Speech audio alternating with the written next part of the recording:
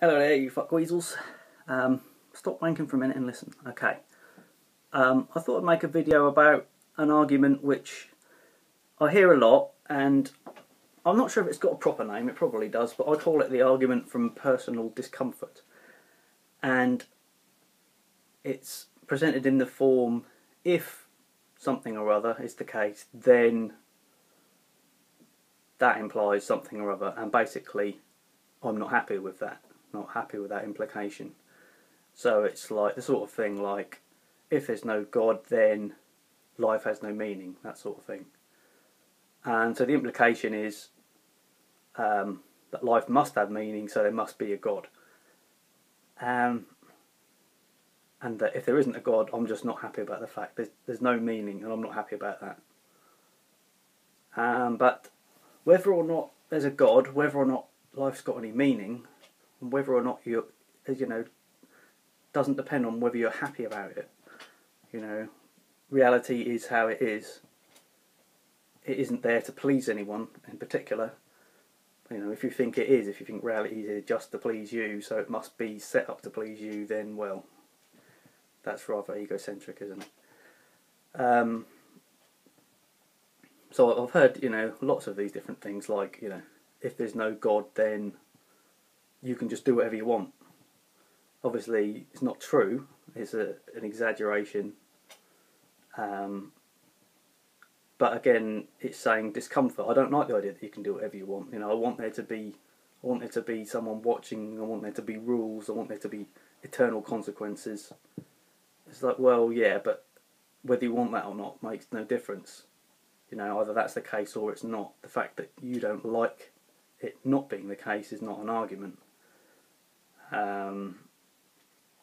It's like if people say if there's no God, then there's no morality, and everyone makes up their own morality. It's like, well,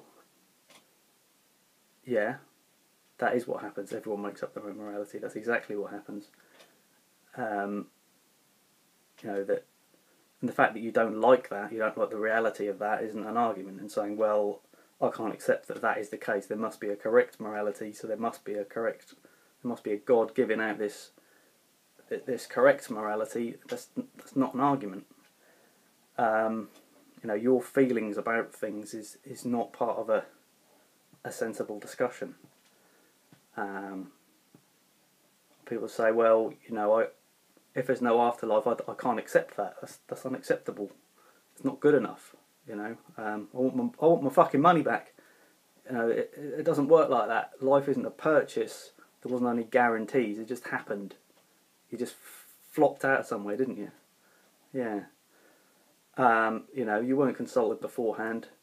You're just here, and things are how they are. And you can either accept things as they are and do the best you can with it, or you can whine and moan and say, oh, it's not fair, so I'll pretend things are different to how they are and live in a sort of fantasy world in my head. Well, yeah, you can do that if you want. You can pretend that there's all these magical things. You can pretend that there's a God, so everything's basically alright, even though you can see that it isn't.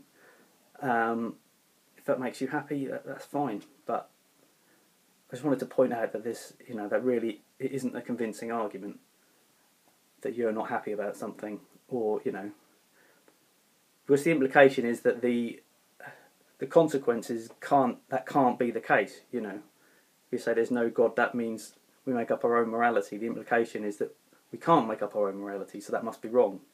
It's like, well, you haven't demonstrated that at all. And in fact, that's exactly what we see, is everyone making up their own morality. No one agrees about it. So to just say that, no, actually everyone does agree about it is just nonsense, because they don't. That's just denying reality.